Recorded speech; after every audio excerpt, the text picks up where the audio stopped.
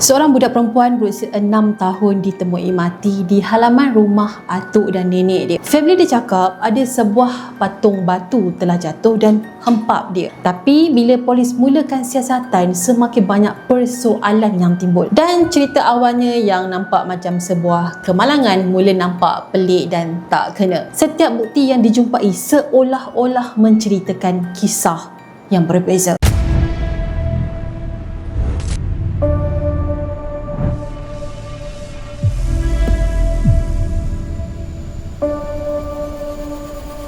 Kisah kali ini berlaku di Almaty, Kazakhstan. Ada sebuah keluarga yang tinggal di kawasan elit yang berdekatan dengan kawasan gunung. Kalau tengok villa diorang ni kan, kita dah tahu yang diorang ni bukanlah kaleng-kaleng orangnya. Rumah besar, kawasan rumah yang sangat luas dan siap menghadap pemandangan gunung. Rumah diorang ni macam rumah yang biasa kita tengok dalam movie ataupun drama. Rumah agamis sebenarnya dimiliki oleh sebuah keluarga Rizakov. Yang menariknya, bukan sebuah family je yang tinggal dekat sini tau. Dalam rumah tu ada 3 generasi yang tinggal sekali di bawah satu bumbung yang sama. Ada atuk nenek, anak-anak, menantu dan juga cucu-cucu. Diorang semua ni tinggal di rumah agam yang sama. Ketua keluarga ni pula bernama Sergei Rizakov. Dulu dia pernah berkhidmat sebagai pegawai tentera dan pernah dihantar berperang ke Afghanistan. Lepas dia dah pencen, dia tak rasa yang dia nak berehat lagi. Dia masuk ke dunia bisnes dan akhirnya dia berjaya bina empayar dia sendiri dengan menjual perabot-perabot mewah, barang-barang kaca premium dan juga decoration rumah yang diimport khas dari Itali. Showroom dia pula bukan ada satu je. Dia ada beberapa showroom dekat area bandar-bandar besar. So tak pelik lah kalau family ni memang hidup mewah. Sergei ni pula tinggal bersama dengan isteri dia yang bernama Leonida. Diorang ada 2 orang anak perempuan yang bernama Marina dan juga Olga. Marina anak sulung dan dia pernah kahwin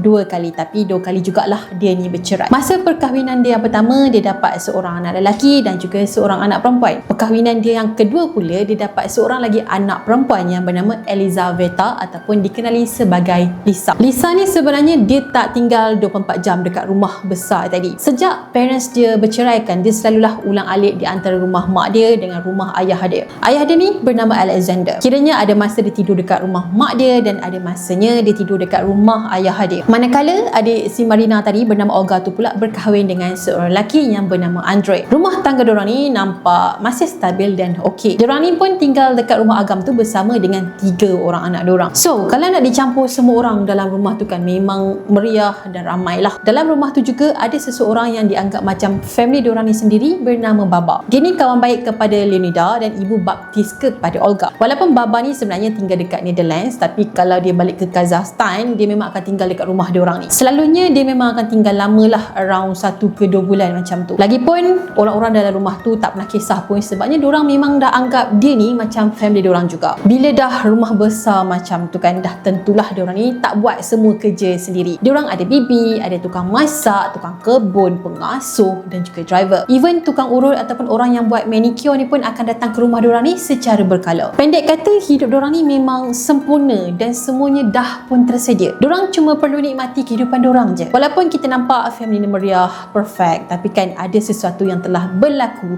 sehingga mengejutkan satu negara. Semuanya bermula pada bulan Mei tahun 2019. Beberapa hari sebelum tragedi, Marina telah mengambil anak bongsu dia yang bernama Lisa tu dari rumah bekas suami dia, Alexander. Masa ni Lisa dah pun berusia 6 tahun. Kemudian pada 10 Mei, family besar ni pun telah mengadakan sambutan hari jadi yang cukup meriah untuk anak bongsu Olga yang berusia 6 tahun juga. Halaman rumah diorang ni kan penuh dengan belon-belon, decoration yang mahal-mahal dan macam-macam jenis permainan budak-budak. Suasana tu memang meriah sangat-sangat. Esoknya tu Alexander pun call lah Marina macam biasa sebab dia nak tahulah keadaan Lisa ni macam mana. Marina pun cakap yang semuanya okey dan Lisa pun sihat je. Tapi pada malam esoknya, lebih kurang pada pukul 9 malam, Alexander ni telah mendapat satu call dari Marina. Marina cuma cakap, cepat datang hospital, Lisa kena hempap dengan patung. Alexander pun terus keluar tanpa fikir panjang. Dan dekat sinilah Alexander diberitahu yang Lisa ni kononnya telah dihempap sebuah patung hiasan yang besar yang ada dekat halaman rumah. Lisa dibawa ke hospital oleh mak dan juga atuk dia. Tak lama lepas tu, ahli keluarga yang lain pun sampailah dekat hospital. Olga dengan suami dia pun datang ke hospital juga dan semuanya berkumpul dekat sana. Masa tu Lisa telah ditempatkan di ICU bersebelahan dengan wad kecemasan. Yang peliknya, bila Alexander ni nak jumpa anak dia,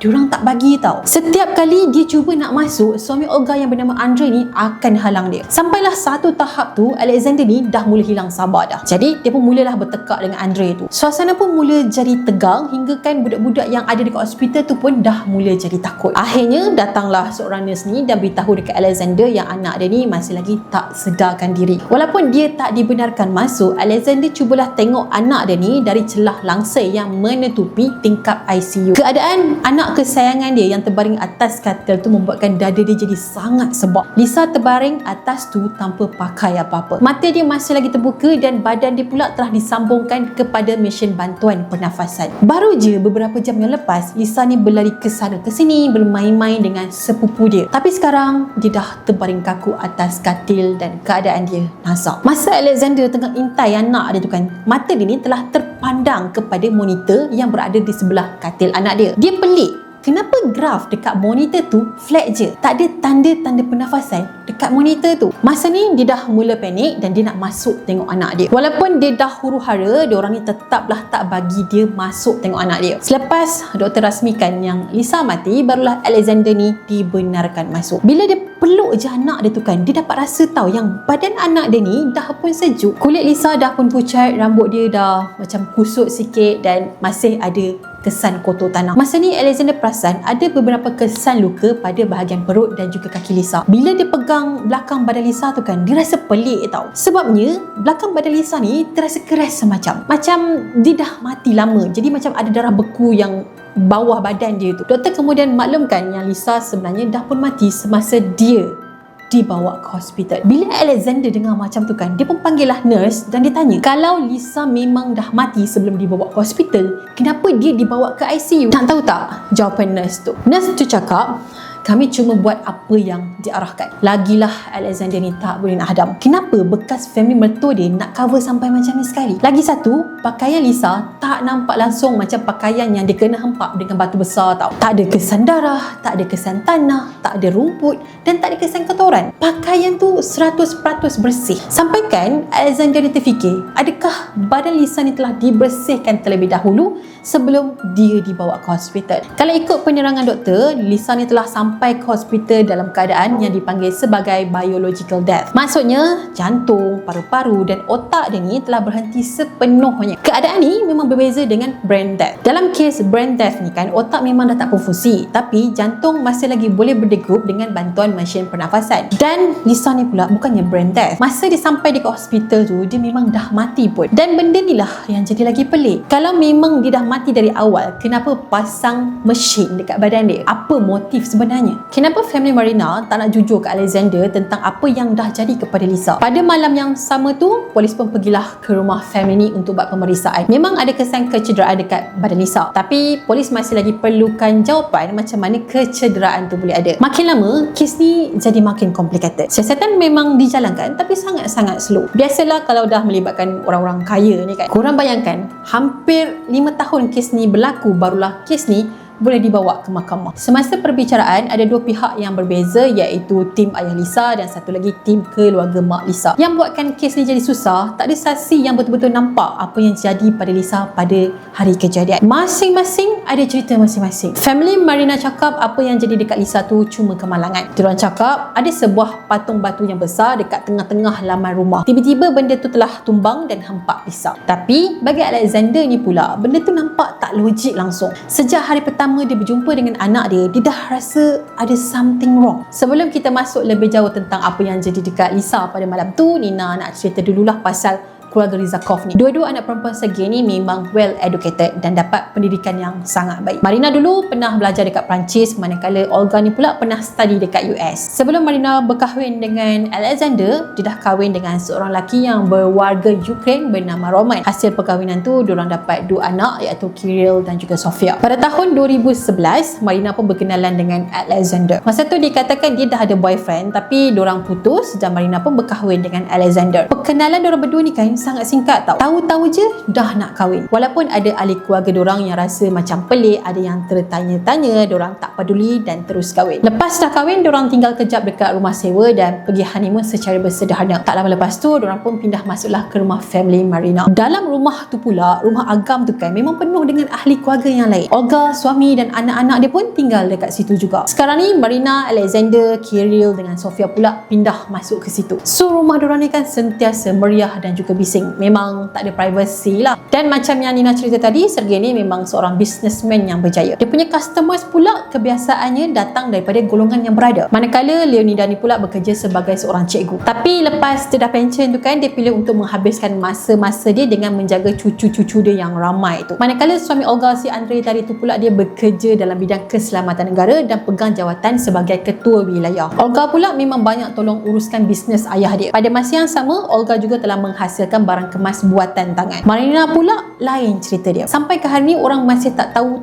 yang dia ni kerja apa sebenarnya. Masa Alexander kahwin dengan Marina, Marina ada handle satu fitness club milik family dia. Tak lama lepas tu, pada tahun 2012, Lisa pun dilahirkan. Tapi kan rumah tangga diorang ni tak bertahan lama dan mula ada masalah. Baru je masuk tahun 2013, diorang ni dah nak bercerai. Pada pandangan family Marina, Alexander ni lah segala punca masalah. Sebenarnya dari awal lagi, Alexander ni memang tak pernah dapat tempat dalam family ni. Dia selalu dianggap macam orang luar, bukan macam family. Dia pernah beberapa kali berbincang dengan bapa mertua dia pasal bisnes dan mintalah pandangan orang tua tu. Tapi kan si Sergey ni macam tak berapa nak layan, tak berminat tau. Lama-lama Alexander ni pun faham lah sendiri dan dia pun dah tak nak bincang apa-apa lagi dah. Mungkin bagi Sergey, Alexander ni kerja biasa-biasa je. Dia cuma jual suplemen dan tak layak nak sembang pasal bisnes yang besar-besar. Alexander ni pula sangat tegas dalam menjaga anak-anak. Dalam family besar ni, diorang tak suka tau cara Alexander ni uruskan anak-anak. Sebabnya cara diorang ni didik anak-anak adalah dengan cara yang lembut dan juga manja. So, tanpa dia sedar, orang-orang dalam rumah tu nampak yang Alexander ni adalah seorang yang kuat pemarah dan suka hukum budak-budak. Suatu hari tu, Alexander ni marah Kirill dekat depan Sergey. Sergey pun naik angin dan dia teruslah halau Alexander tu keluar dari rumah. Dan sejak dari hari tu, Alexander ni dah tak tinggal serumah dengan family Marina. Walaupun dah tinggal asing-asing, tapi hubungan diorang ni tak adalah terus terputus macam tu. Anak-anak Marina sebenarnya ada masalah lahan. So, suatu hari tu, Alexander dengan Marina pun decide lah nak pindah ke rumah yang lain, rumah yang lagi sesuai lah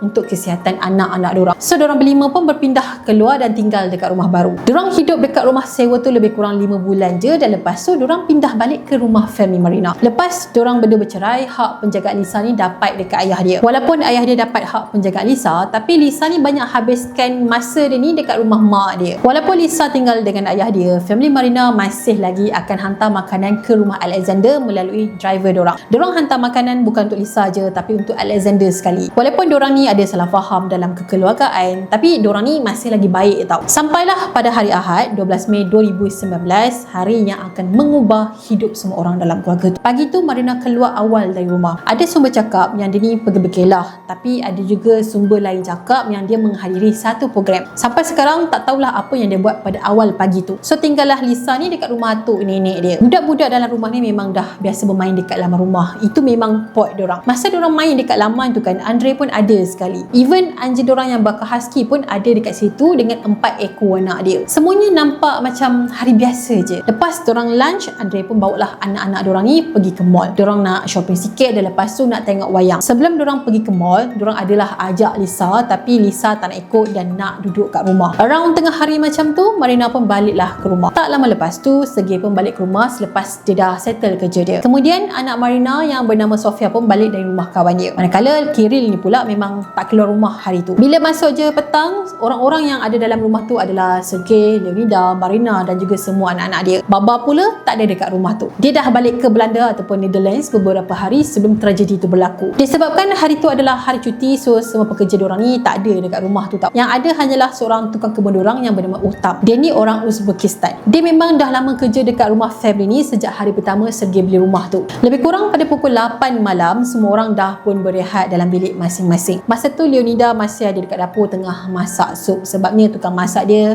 cutikan hari tu. Lepas tu dia keluar kejap dari dapur tu dan dia masuk semula ke dapur. Masa dia masuk tu kan, dia perasan tahu yang pintu tepi rumah menghala ke laman ni terbuka luas. Tak tahulah kenapa hati dia terdetik pasal Lisa. Leonida pun panggillah Uhtam tadi ni dan minta dia cari Lisa dekat kawasan halaman. Tak lama kemudian, Uhtam ni pun berlari masuk ke dalam rumah dengan cemas. Dia cakap yang dia jumpa Lisa ni berada di bawah sebuah patung yang besar yang terletak di tengah laman rumah. Patung besar tu dah pun hampat Lisa. Tanpa berfikir panjang, Uhtam ni sebenarnya dah tolak patung tu dan kemudian dia berlari masuk ke dalam rumah dan beritahu Leonida. Bila Leonida nampak je cucu dia terus jerit minta tolong. Jeritan kuat dari Leonida ni lah membuatkan semua orang dalam rumah ni dengar dan diorang pun berlari keluar ke taman. Masing-masing cuba angkat dan pegang Lisa. Dalam keadaan yang panik, diorang pun bawalah Lisa ni ke hospital dengan kereta diorang. Sebelum Lisa dibawa ke hospital, Uhtam ni beritahulah dekat Sergei apa yang jadi kan. Jadi Sergei ni pun masuk ke dalam rumah dan nak tukar pakaian. Marina pula pada masa tu dah tak boleh nak fikir dengan waras. Dikatakan pada masa tu dia baru je lepas mandi dan masih lagi pakai tuala. Bila dia tahu keadaan Lisa macam tu, dia dukung anak dia dan dia terus pergi ke hospital dengan ayah dia. Masa dekat mahkamah, Marina cakap masa dia peluk badan Lisa ni sebenarnya masih lagi hangat. Masa on the way nak pergi ke hospital, Lisa masih lagi bernafas. Dia cuba bagi bantuan pernafasan dan buat apa-apa je lah untuk selamatkan anak dia, tapi semuanya sia-sia je. Bila sampai ke hospital, doktor telah sahkan yang anak dia mati. Bagi family Marina, apa yang jadi dekat Lisa ni adalah sebuah kemalangan yang tak dapat dielakkan. Kalau ikut cerita diorang, Lisa ni telah pergi ke halaman rumah tu sebabnya dia nak bermain dengan anak-anak anjing diorang. Tiba-tiba mak anjing tu macam nak kejar Lisa. Lisa yang panik dan takut ni pun cubalah nak selamatkan diri dia. Lisa dikatakan telah panjat patung besar yang ada dekat tengah-tengah halaman. Dan nasib malang yang menimpa bila patung tu telah hempap Lisa masa Lisa ni tengah panjat. Diorang cakap yang diorang nampak anjing diorang ni cuba tarik Lisa keluar dengan cara menggigit. Sebab itulah dekat badan Lisa ni ada kesan luka dan juga calak. Tapi bila keputusan bedah siasat keluar, cerita dari family ni mula dipertikaikan. Dekat badan Lisa ni, pakar forensik jumpa ada 14 kesan kecederaan berasingan. Dan yang menyebabkan kematian Lisa bukanlah luka-luka tu, tapi ada 4 tulang leher Lisa ni dikatakan telah pun patah. Kalau ikut pakar, kecederaan tu tak sepadan dengan cerita yang Lisa ni kena hempap dengan patung. Walaupun patung tu berat macam mana sekalipun, corak kecederaan tu tak sepadan dengan cerita. Ada pakar yang bagi pendapat kecederaan macam ni lebih kerap ditemui pada mangsa yang dilanggar dengan kenderaan. Kalau nak kata patung berat hempap, corak kecederaan tak macam tu tau. Tapi macam mana pula Lisa ni kena langgar dengan kereta sebab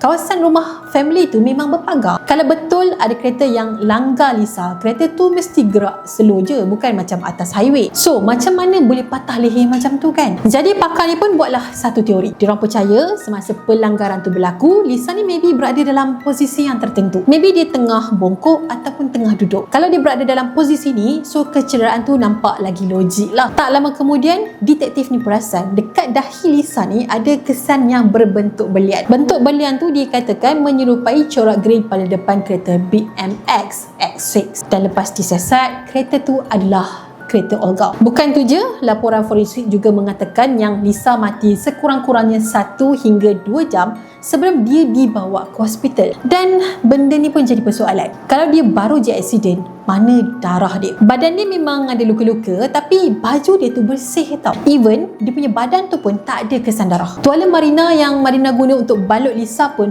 tak ada kesan darah. Dah lah tuala yang diguna tu adalah tuala putih. Macam impossible sangat anak kau yang luka ni bila kena balut dengan tuala putih tak ada darah. Bila polis siasat Marina kata dia tak ingat pula. Yang membuatkan polis ni jadi lagi pelik, kalau Lisa mati 1 ke 2 jam lebih awal, kenapa diorang ni beria sangat nak selamatkan nyawa budak tu masa dekat hospital tu? Tak ke rasa pelik dan suspicious? Diorang nak cover apa sebenarnya? Masa siasatan ni, teori Lisa ni kena hempap dengan patung telah dibuang sebabnya tak teli dengan luka dia. Tapi pada masa yang sama, polis tak jumpa bukti kukuh yang Lisa ni kena langgar dengan kereta. Yang buatkan polis jadi pelik tu adalah diorang jumpa banyak bulu haiwan dekat seluar Lisa. Seluar yang dipakai tu koyak, berkedut dan ada kesan air liur anjing. Dan ada juga kesan macam kena gigit. Tapi bila diorang compare kesan koyak dekat seluar tu dengan badan dia, tak teli tau. Macam pakaian tu ada kisah yang lain dan luka dekat badan budak tu ada kisah yang lain. Lama-lama polis yakin maybe Lisa ni tak pakai pakaian yang sama semasa dia cedera tu. Maksudnya maybe ada seseorang yang telah tukar pakaian dia selepas kejadian tu berlaku. Kalau teori tu betul, so logik lah kenapa pakaian Lisa tu tak ada kesan darah. Lepas tu pakar forensik sahkan yang semua 14 kecederaan yang ada pada badan Lisa ada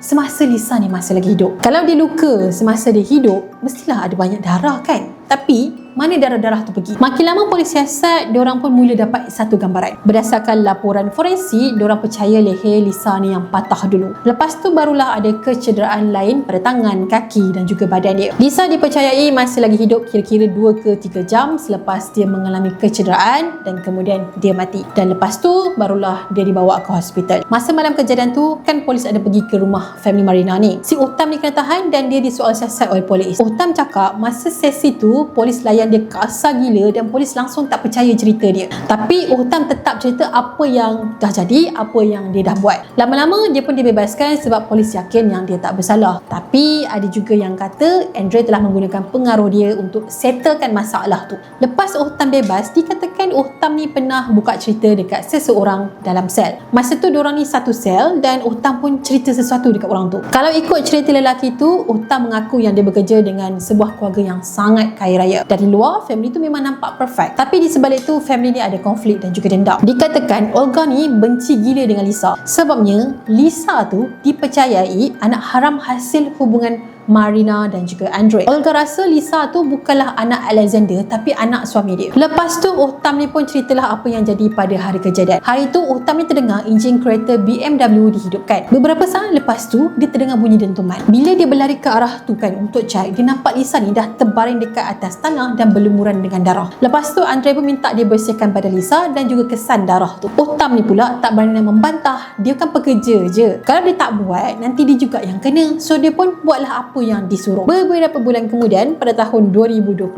kawan sel Uttam tadi ni telah muncul dan bagi keterangan dekat polis. Tapi identiti dia memang dirahsiakan demi keselamatan dia lah. Dia hanya dikenali sebagai saksi yang dilindung dan menggunakan nama samaran je. Dia cerita dekat polis, Uttam cakap yang Lisa adalah anak kandung Andre. Dan sebab itulah kononnya Olga ni benci Lisa. Tapi korang kena ingat, Lisa memang anak Alexander. Saksi ni cuma cerita baliklah apa yang Uttam ni pernah cerita dekat dia. Saksi tu cerita lagi, masa Uttam kena tahan tu kan, Andre ada datang beberapa kali berjumpa dengan Uttam. Dikatakan Andre ni berjanji akan bebaskan Uttam kalau Uttam ni simpan rahsia tu. Selepas 2 bulan saksi tu bagi keterangan dekat polis, saksi tu pun mati. Pihak media cakap yang saksi ni mati sebabnya dia memang dah sakit lama dah. Tak lama lepas tu Olga pun kena dakwa lah atas tuduhan membunuh Lisa. Teori pendakwa adalah pada pagi tu Marina keluar sebabnya dia ada hal. Andre pula ada dekat taman sambil tengok anak-anak bermain. Tapi kan perhatian Andre ni lebih fokus kepada Lisa. Dan pada masa yang sama, Olga ni memang dah lama syak Lisa tu anak suami dia. Dan pada hari kejadian tu,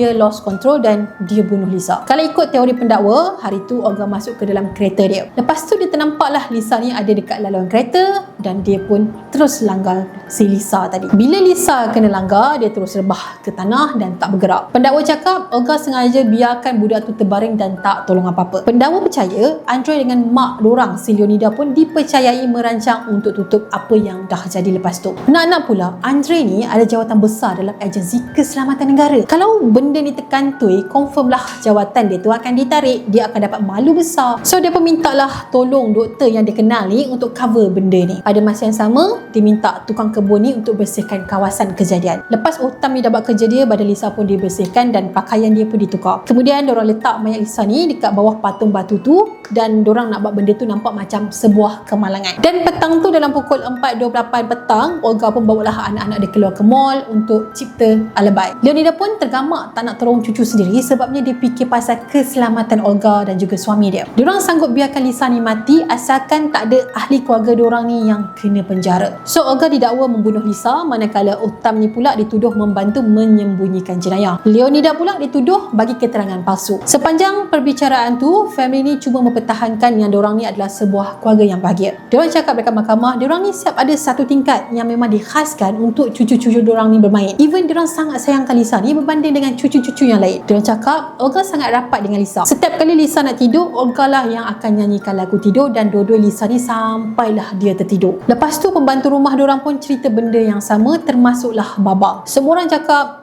diorang ni adalah sebuah keluarga yang happy dan tak ada masalah. Tapi kenapa cerita cerita dari Uttam ni lain. Padahal dia tak pernah pun dilayan buruk oleh keluarga majikan dia ni. Tapi ramai juga yang percaya dengan Uttam sebabnya dia sendiri terpaksa buat benda yang dia tak nak. Mungkin dia rasa bersalah kot. That's why lah dia cerita dekat kawan sel dia tadi tu. Family ni ada cakap hubungan Olga dengan Andre sebenarnya okey je. Cumanya yang jadi punca masalah adalah Alexander. Dia rasa Alexander ni tak sesuai jadi ahli keluarga diorang tau. Baba pun ada cakap yang Alexander ni pemalas dan jealous dengan pekerjaan Andre. Baba cakap Alexander ni selalu malukan Marina dengan anak-anak. Kadang-kadang masa diorang tengah makan ni tiba-tiba dia bangun dah pergi macam tu je. Masa Marina mengandungkan Lisa, Alexander pernah cakap yang diorang dah tak perlukan anak lagi dah. Alexander juga dikatakan suka hukum anak-anak dia. Dia pernah suruh diorang ni melutut dekat atas biji gandum. Masa bagi keterangan kat mahkamah, anak-anak tiri dia masih boleh cerita baliklah apa yang Alexander buat dekat diorang ni dulu. Marina pula cerita hubungan dia dengan Alexander mula ada masalah bila Lisa ni dilahirkan. Katanya masalah tu dah bermula sejak dia pregnant lagi. Dikatakan Alexander pernah baling slipper dekat perut dia. Dan sejak dari kejadian tu, Alexander selalu cari pasal dengan dia. Ada je benda yang dia nak cari pasal. Kadang-kadang dia tak puas hati cara si Marina ni masak. Dia tak suka Marina pakai apa. Benda-benda yang mengarut macam tu. Bila family Marina ditanya pasal bentuk dekat dahi Lisa tu kan, diorang kata yang Lisa ni terhantuk dekat jaring besi yang ada dekat rumah diorang. Bekas tu bukanlah datang daripada kereta BMW milik Olga. Lepas tu, ada benda yang bercanggah dengan cerita diorang. Diorang cakap yang petang tu diorang makan pizza bersama-sama dengan Lisa. Tapi laporan bedah siasat cakap dalam perut Lisa tak ada pizza. Apa yang diorang jumpa adalah Lisa hanya sempat makan breakfast je. So maybe makan pizza tu hanya direka-reka sebab mungkin Lisa dah pun mati. Kan ada isu yang diorang ni petikai Lisa tu anak siapa. Ujian DNA pun telah dibuat dan Lisa memang anak Alexander. Yang peliknya, macam mana fitnah ni boleh muncul? Rupa-rupanya masa Marina bercerai dengan Alexander, Marina sendiri cakap yang Lisa bukan anak Alexander. So semua ni berpunca dari mulut Marina sendiri. Sampailah pada 11 Oktober 2024, akhirnya mahkamah pun baca hukuman. Olga, Uttam dan juga Leonida dibebaskan dari semua tuduhan. Walaupun kematian Lisa ni ada banyak sangat persoalan, mahkamah memutuskan yang bukti ada tu tak cukup nak sabitkan sesiapa. Dan apa yang jadi pada 12 Mei 2019 hanya keluarga tu je yang tahu. Dan sampai sekarang kematian Lisa masih lagi menjadi salah satu misteri yang diperdebatkan di Kazakhstan. Sampai sekarang kisah kematian Lisa ni sebenarnya masih lagi belum terjawab. Mahkamah pula bebaskan semua tertuduh sebabnya tak cukup bukti. Tapi ramai je yang percaya kematian Lisa ni bukanlah sekadar kemalangan je. Kalau korang pula macam mana? Korang rasa apa yang jadi dekat Lisa pada hari tu? Share pendapat korang kat komen, okey? Kalau korang suka dengan video macam ni, jangan lupa untuk subscribe supaya korang tak terlepas untuk mendengar kisah-kisah true crime yang seterusnya. See you next time. Jaga diri. Bye bye. Assalamualaikum.